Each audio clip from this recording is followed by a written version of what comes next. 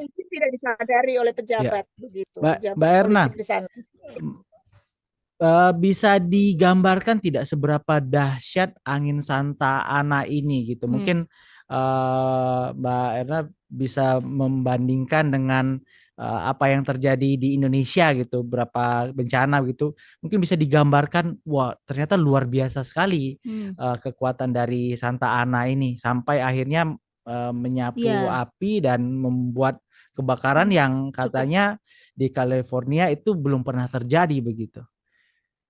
Sudah pernah terjadi ya, catatan di dokumentasi Oh ilmiah ya. itu terjadi tahun 61, 91, Hmm. 93 gitu. Sebesar itu juga, semasif itu. Tapi dulu tidak apa separah, maksudnya sekosmopolitan sekarang Iya. kan. Ya. Dan dulu juga pernah 163 triliun tuh tahun 91 gitu.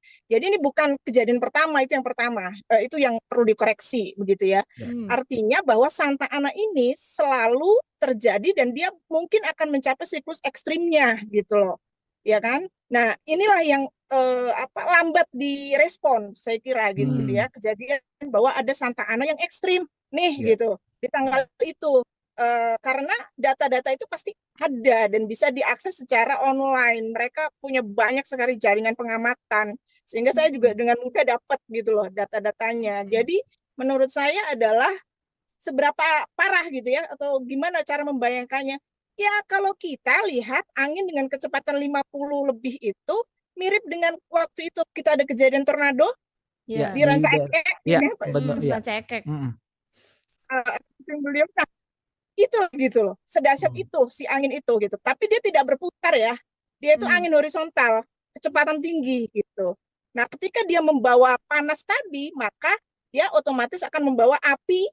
Dia tuh membawa api karena sudah terbakar dulu kan hutannya, ya kan? Ya. Jadi api itu dibawa di dalam udara yang menuju ke kota Los Angeles.